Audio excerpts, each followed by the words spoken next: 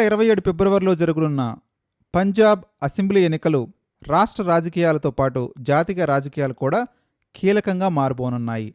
ప్రస్తుతం అధికారంలో ఉన్న ఆమ్ ఆద్మీ పార్టీ 2022లో 117 అసెంబ్లీ స్థానాలకు గాను 92 సీట్లు గెలిచి చారిత్రాత్మకమైన విజయాన్ని సాధించింది.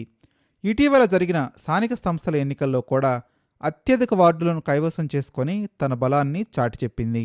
అయితే ఢిల్లీ ఎన్నికల్లో ఎదురైన పరాజయం, పార్టీ నుంచి పలువురు నేతలు వైదొలగటం, అలాగే యాంటీ ఇంకంబెన్సీ ప్రభావం కారణంగా ఈ ఎన్నిక ఆప్కు అగ్నిపరీక్షగా మారబోతుంది. మరొకవైపు కాంగ్రెస్ తిరిగి పంజాబ్లో అధికారాన్ని చేజిక్కించిన విధంగా ఉత్తర భారతదేశంలో తన పునరాగమనాన్ని నిరూపించుకోవాలని వేచిచూస్తుంది. ఇంకోవైపు శిరోమణి అకాలీదళ్ తన రాజకీయ మనుగడను కాపాడుకోవాల్సిన పరిస్థితిలో ఉండగా, బీజేపీ మాత్రం మాజీ కాంగ్రెస్ ఇతర పార్టీల ప్రముఖ నాయకులను చేర్చుకొని సొంతంగా బలపడే వ్యూహాన్ని అమలు చేస్తుంది. సిక్కు ఓటర్లలో పట్టు సాధించడం, అకాలీదళ్తో విడిపోయిన తర్వాత ప్రత్యామ్నాయ రాజకీయ శక్తిగా ఎదగటం బీజేపీ లక్ష్యంగా ఇప్పుడు కనిపిస్తుంది. ఇదే సమయంలో సీఎం భగవంత్ మాన్ ప్రభుత్వం మహిళలకు నెల 1000 రూపాయలు, ఎస్సీ ఎస్టీ మహిళలకు 1500 రూపాయల ఆర్థిక సంక్షేమం వంటి సంక్షేమ పథకాలతో ప్రజలను ఆకర్షిస్తే ప్రయత్నం చేస్తుండగా, ఆయన పైన వచ్చినటువంటి వివాదాలు, మతపరమైన విమర్శలు ప్రతిపక్షాలకు ఆయుధంగా మారాయి.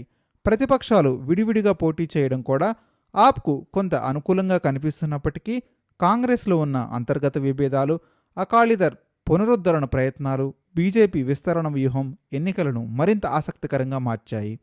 దీంతో 2027 పంజాబ్ ఎన్నికలు ఆప్కు అధికారాన్ని నిలబెట్టుకునే పరీక్షగా, కాంగ్రెస్కు ఉత్తర భారతంలో పునరుజ్జీవన అవకాశంగా, అకాలీదళ్కు రాజకీయ మనుగడ పోరాటంగా, బీజేపీకి కొత్త రాష్ట్రంలో ఎదుగుదలకు వేదికగా మారనున్నాయి. ప్రజల తీర్పు ఏ పార్టీకి అనుకూలంగా ఉంటుందో అన్నది ఇప్పుడు దేశవ్యాప్తంగా ఆసక్తికరంగా ఎదురు చూస్తున్నటువంటి అంశంగా నిలిచింది. మీరు కూడా మీ అభిప్రాయాన్ని కామెంట్ రూపంలో తెలియజేయండి. నిజంగానే బీజేపీ గెలుస్తుందా, లేక ఆప్ మళ్ళీ గెలిచి అధికారాన్ని నిలబెట్టుకుంటుందా? మర్చిపోకుండా కామెంట్ చేయడానికి ప్రయత్నించండి.